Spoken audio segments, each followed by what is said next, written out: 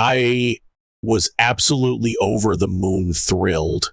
Can you imagine to finally move into the house my beloved grandparents had left me? Oh, how I pictured it. The warmth of those precious old memories just waiting to wrap me in a big, cozy hug. The life I was about to build within those familiar walls, stretching out before me like a dream come true. But then, boom. As I rolled into the driveway, my excitement didn't just fade. It shattered into a million jagged pieces. What in the world was this? An unfamiliar car, some sleek, shiny intruder sat parked right there, bold as you please. The porch? Redecorated with stuff I'd never seen before. And the garden, oh, Grandma would have cried, bursting with flowers that weren't hers. Not even close. My heart didn't just sink. It plummeted straight to my boots as the awful truth hit me. Karen, yes, that Karen, the overbearing, power-hungry head of the HOA, had swooped in and stolen my home. She'd moved her daughter and her fiancé right in, turning what was supposed to be my fresh, hopeful start into a living, breathing nightmare. How could she? Hey, wait a sec before we dive headfirst into this wild, crazy mess. Can you do us a quick favor? Drop a comment down below and tell us what city you're watching from. Seriously, where are you right now? It's a tiny thing, but holy cow, it boosts our channel like rocket fuel and helps more folks stumble across these jaw-dropping stories. And while you're at it, smash that like button, give it a good whack, and hit subscribe to keep up with every single insane HOA, Karen, and neighborhood saga we've got coming your way. Trust me, you won't want to miss a second. Now, back to the story of my grandparents, Evelyn and Frank. They were legends in my eyes. They'd owned this house for nearly 40 years. Can you even fathom that kind of dedication? They were the kind of folks who built a life from nothing, crafting a modest yet oh-so-cozy home brimming with family traditions, love, and stories that practically sang from every nook and cranny. When they passed away, oh, it still stings. First, Grandma Evelyn slipped away quietly, and then Grandpa Frank followed not long after, like he couldn't bear to be without her. I was just a kid in high school back then, too young to handle such a loss.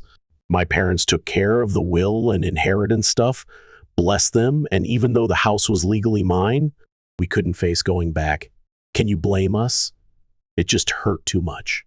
So it sat there, this beautiful relic of my past, waiting patiently for a future me to step up and give it new life. And guess what? That future came barreling in faster than I ever expected. After college hooray, diploma in hand, I was ready to tackle adulthood like a champ. With student loans looming like dark clouds and a job hunt stretching out ahead, moving into the house felt like the perfect plan. Practical, sure, but oh so sentimental too. I could see it all so clearly, couldn't you? Me settling in, bringing back its charm bit by bit. Maybe I'd even start a garden like Grandma's, with her roses and lavender swaying in the breeze. I had this vivid vision of coming home to a place that, though a little worn around the edges, still sparkled with magic. I'd wake up to the smell of freshly brewed coffee wafting from the kitchen. Yes, that same kitchen where Grandma whipped up her famous apple pies, warm and cinnamon sweet. The den, where Grandpa used to sit by the crackling fireplace, flipping through the local paper with his glasses perched on his nose, would become my go-to spot to unwind after long, exhausting days. I figured the house might be a bit run down, maybe some dust to sweep, a few creaky floorboards to fix, or a leaky faucet to wrestle with, but I was ready for that. Bring it on, right? But oh, know what I found? I wasn't ready for that. The driveway had this random car parked in it like, who even are you? And the front porch, instead of Grandpa's beloved rocking chair creaking in the wind, was decked out with shiny new furniture that screamed recently bought. My stomach didn't just twist. It tied itself in knots as I crept closer to the door. The lock? Brand spanking new. What the heck was going on? Confused out of my mind, I knocked tentative at first. No answer. But wait, I could hear faint voices whispering inside. So I knocked harder, practically pounding, until finally the door creaked open just a sliver. There she was, a young woman, maybe early 20s, with messy hair and this bewildered look, like I was the intruder. Behind her, I glimpsed moving boxes, furniture I'd never laid eyes on, and decorations that sure as heck weren't my family's. "Who are you?" she snapped, her tone all defensive and prickly.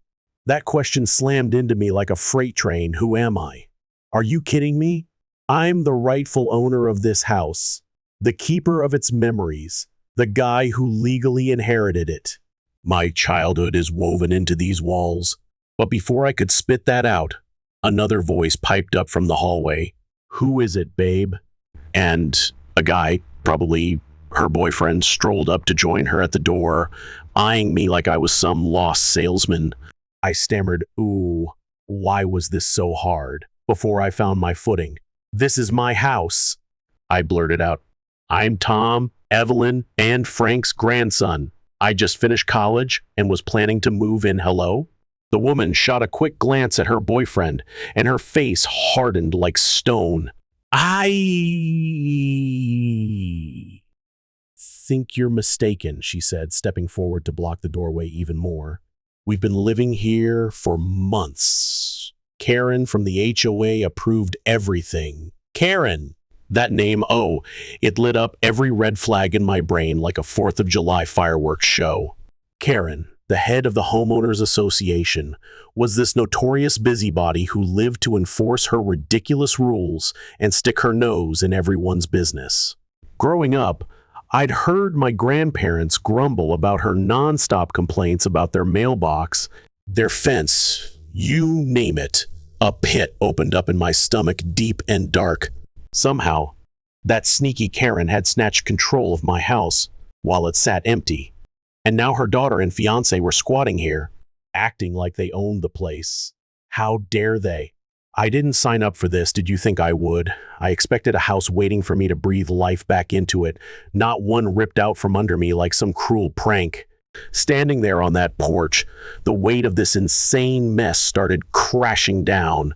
My home, the one I thought was mine, was tangled up in Karen's slimy web, and who knew how deep her claws went. But let me tell you something. I wasn't about to let it go without a fight. No way! Fired up and determined to get answers, I stormed off that porch and marched straight across the neighborhood to Karen's house. Oh, I was on a mission now. Finding her place, piece of cake. It was the biggest, most obnoxiously polished house on the block, with a pristine garden and hedges. So perfectly aligned they looked fake. Her house screamed control freak, a total opposite to the warm, worn-out charm of mine. Oh, it made my skin crawl. I hated that she had any say over my life right now. I pounded on her door, heart thumping with this wild mix of anger and confusion. Could she hear how mad I was? After a few tense moments, the door swung open, and there she was, Karen, just like I remembered her. Mid-50s, dressed sharp as a tack, with this fake smile plastered on that felt more like a mask than anything real. Really? Well, she purred, tilting her head like she'd been expecting me all along. Tom, isn't it? Evelyn and Frank's grandson. She wasn't even surprised. Can you believe that nerve? It only made my blood boil hotter. We need to talk, I snapped, shoving past her without waiting for some polite invite. I wasn't here to play nice, not today. Karen shut the door behind me with this calm, smug vibe like she'd rehearsed this showdown 100 times in her head. She led me into her living room. Oh, it was so perfect it was creepy, and we sat across from each other. Her eyes, sharp as knives but patient, like a cat sizing up a mouse she knew she'd catch. Bring it on, Karen, what's your excuse this time? What's going on? I demanded, my voice practically shaking with fury as I glared at Karen. Why are strangers living in my house? How on earth do they think it belongs to them? Can you believe she didn't even flinch? Not a single blink. I knew you'd come around eventually, she said, folding her hands in her lap like some prim and proper queen. It made my skin crawl. You see, Tom, that house of yours had been sitting empty for years. Years. The HOA has rules, you know, about abandoned properties. We can't just let homes fall apart and drag down property values. Imagine the chaos. Abandoned? I snapped, cutting her off with a shout. It wasn't abandoned. It was my inheritance, my legacy. I had every single intention of moving in once I finished college. How dare you twist that? Well, she said with this smug, patronizing sigh that made me want to scream. The HOA saw it differently, honey. When no one bothered to maintain the place. Oh, it was such an eyesore. We classified it as abandoned under our neighborhood guidelines. And guess what? The HOA has the power, yes, the authority to take possession and lease or sell homes like that. My stomach churned. Oh, it felt like a roller coaster drop. You can't just take someone's inheritance. I fired back, my voice rising. That's illegal, don't you get that? Karen just shrugged, like my outrage was some pesky fly buzzing around her perfect little world. We followed all the proper channels, Tom, she said coolly. Public notices were issued. Attempts were made to contact the property's next of kin. Everything by the book. No one contacted me. I interrupted, my fists clenching so tight my knuckles turned white. Could she see how mad I was? I never got a single notice, not one. Oh, I can't control what gets lost in the mail, she replied, her voice dripping with this fake, syrupy sweetness that made me want to gag. But that's neither here nor there, is it? The property's occupied now, hallelujah. My daughter and her fiancé are paying rent, keeping it spick and span. And honestly, it benefits the whole neighborhood, don't you see? The heat surged to my face. Oh, I could feel it burning. You mean you let your daughter move into my house? I practically roared. How could she sit there so calm? She leaned forward, her tone softening like she was tossing me a lifeline. Ha! Look, Tom, this can be resolved peacefully. Wouldn't that be nice? I'm sure we can come to an agreement. My daughter and her fiancé, they're so happy there. Bless their hearts. And they've done wonders fixing the place up. Why not let them stay? You're young, gosh, you've got your whole life ahead of you. Do you really need to be tied down to a house right now? I sat there, staring at her, my jaw practically on the floor. Was she serious? The audacity, the sheer entitlement, it was suffocating me. She dismissed my connection to that home, my family's history, like it was nothing. How could she? I shot up from my seat bomb, so fast the chair nearly tipped over. No way, Karen, I declared, my voice trembling with resolve. I'm not letting this go, not in a million years. That house belongs to me, and I'm going to prove it. Watch me. She smiled faintly. Oh, that little smirk. Almost amused, like I was some kid throwing a tantrum. You're welcome to try, Tom, she said, her tone dripping with condescension. But legal battles? Oh, they can get pricey, real pricey. Are you sure you want to go down that road? Her warning hit me like a slap, but my determination? It was rock solid. I stormed out of her house, angrier than I'd ever been, but oh, so much more fired up. What obstacles would I face? I didn't know yet, but one thing was crystal clear. Karen wasn't getting away with stealing my home, not if I had a single breath left to fight her. The cool evening air stung my face as I trudged back to my car. Brr. It was chilly. Karen's smug, infuriating smile still burning in my mind like a neon sign. That warning of hers? Meant to scare me off, no doubt. But guess what? It only lit a fire inside me, a blazing, unstoppable inferno I hadn't felt in ages. My grandparents, sweet Evelyn and Frank, they didn't pour their lives into that home just for some schemer to snatch it out from under me. No way was I letting this happen over my dead body. I needed answers, real hard proof. If Karen had twisted the system in her favor, I'd dig until I found out how. Mark my words. The next morning, bright and early, I marched straight to the county property records office, my heart pounding with purpose. The place smelled like old, dusty paper, kind of musty, you know?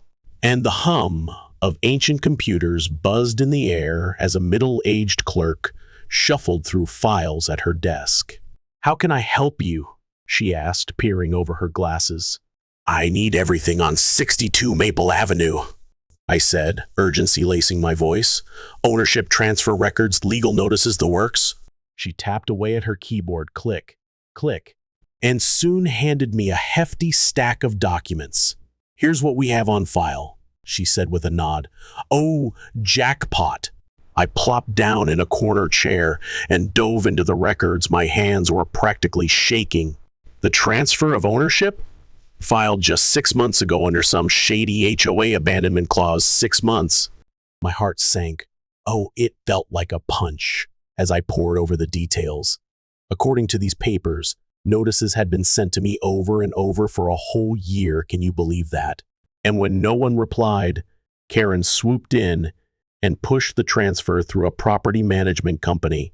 But wait, hold up. Something was off, way off. I scanned the notice of abandonment closer, and there it was, the signature line, where I, or someone acting for me, should have signed. Blank, totally empty. My pulse raced, thump, thump, thump. Without that signature, this transfer was shaky, maybe even invalid. Could I challenge this? I whipped out my phone and called my parents quick. Quick! Mom picked up after a few rings, her voice soft. "Tom, is everything okay?" "Mom," I blurted, "did you ever get any notices from the HOA about the house, anything about them calling it abandoned?" "No," she said, sounding baffled, bless her. "Why? Should we have?" I took a deep breath, steady now. They're claiming they sent notices for months, but we never got a single one, not one. "Oh, honey," she replied firmly. "If we had, you know we'd have told you right away." I clenched my jaw. Grr. Karen's sneaky little scheme was starting to crystallize. Someone had made darn sure those notices never reached us. But who and how? I wasn't stopping now, no way. Determined to dig up more dirt, I spent the next few days pounding the pavement, chatting up neighbors who'd lived on that street as long as my grandparents had good old Maple Avenue folks. Most of them shrugged, nothing weird, they said, except for Mrs. Patterson, the sweet elderly lady next door. Oh, someone was at the house a few months back. She told me over a steaming cup of tea in her cozy living room, MMM. It smelled like chamomile. A man with a van looked like a locksmith, dear. I saw him change the locks, and Karen was right there, supervising the whole thing. Karen changed the locks? I gasped, my pulse racing again. Zoom. Yes, dear, she nodded, sipping her tea. I figured she was just securing the place. Didn't think much of it then. Oh, Miss S. Patterson, you saint, what a clue. I scribbled down that detail like my life depended on it. Oh, I had to know. Who was that locksmith, and who in the world had hired him to mess with my house? My pen was practically trembling in my hand as Miss S. Patterson, bless her sweet soul, kept talking, her voice soft but full of surprises. Oh, and that wasn't all, dear, she said, her eyes twinkling with memory. There was also a younger man, maybe in his 30s, I'd say, popping in and out a few times. Never seen him before in my life, but he had the keys, bold as brass. Wait, what? I gasped, leaning forward so fast I nearly spilled my tea. Did he work for someone? She paused, tapping her chin like she was digging through a treasure chest of thoughts. Well, he did mention something about working for some property company. Oh, what was it called? Can't recall the name, though. That was it, my next big clue. I thanked her profusely. Could she see how grateful I was? And bolted out of there, my heart racing with determination. Which property management company was behind this mess? I was going to find out, mark my words. After hours of scouring the internet, hunched over my laptop with coffee, going cold, I finally struck gold. There it was. A small, shady property management company tied to get this Karen's cousin? My stomach didn't just drop, it plummeted like a rock off a cliff. This wasn't some random fluke, no way. Karen hadn't just stumbled upon my so-called abandoned house like some innocent bystander. Oh no. She'd orchestrated this whole takeover, can you believe it? She'd used her slimy family connections to pull strings and twist the system right into her greedy hands. The more I dug, clicking link after link, the uglier it got. Karen's cousin had filed abandonment claims on multiple homes in the neighborhood, dozens of them, all snatched up and handed over to the HOA for resale or rental. Some brave families had fought back, good for them, but most, they couldn't afford the legal fees and just gave up, defeated. How could she get away with this? I couldn't shake Karen's smug little warning. It echoed in my head like a bad song. Are you sure you want to go down this road? Oh, you bet I was absolutely 100%. I was gearing up to take her down, legally bring it on, when my phone buzzed with an unexpected call. It was Emily, Karen's daughter, her voice all shaky and nervous. "Tom, can we talk?" she asked. Could I say no? We met at this little diner on the edge of town, the kind with chipped mugs and sticky tables. She sat across from me, twisting that napkin in her hands like it was her lifeline. "I'm so sorry," she whispered, barely loud enough to hear. "I didn't know how bad it was until recently, honest. Mom told me the house was legally transferred, said you didn't even want it. But after you showed up, all fired up, I started asking questions. She lied to me too, can you believe that?" "What do you mean?" I asked, leaning in so close I could see the guilt swimming in her eyes. "She told me you'd agreed to let us live there, said it was all fine and dandy. But now, I see it's a total lie." Emily fumbled with her phone, her fingers trembling as she pulled up an email thread between Karen and that property management company. Oh, this was it. I scanned those messages, and my blood didn't just boil, it erupted like a volcano. The emails laid it all bare. Karen had deliberately stopped those notices from ever reaching me, sneaky, and fast-tracked the abandonment process through her cousin's shady outfit. Emily had forwarded every single one to me, bless her. "Why are you helping me?" I asked, stunned. "Because I don't want any part of this," she said, her eyes glistening with tears, real, honest tears. "I didn't know she was stealing it from you. How could I live with that?" Armed with those emails, oh, they were pure dynamite. I marched straight to a lawyer who didn't waste a second. He filed an injunction faster than you can say justice, halting that bogus lease and kicking Karen's daughter out of my house. Take that. But I wasn't done, not by a long shot. I wanted the whole neighborhood to know what that snake had done. Let's shine a spotlight on her. At the next HOA meeting, I stood tall in front of the board, nerves jangling but head high, while neighbors gawked as I laid out everything. The missing signature, how, those incriminating emails, and the whole property management scheme. Karen sat in the corner, her face pale as a ghost, but still trying to look composed. Good luck with that. When I finished, bam, the room exploded in murmurs. "I trusted you, Miss S." Patterson hollered, her voice cracking with betrayal. "How many others have you screwed over like this, Karen?" The next week, oh, sweet victory. Emily and her fiancé cleared out of the house, leaving behind a little note apologizing for their part in this mess. Can you imagine the guilt they felt? I stepped inside and wow, the house smelled all fresh and new. But those creaky floorboards, still singing the same old tune music to my ears. The very next day, I plopped down in my lawyer's office, the weight of this wild ride still pressing on my shoulders. Oof. But for the first time in weeks, I wasn't just scrambling to keep up with Karen's tricks.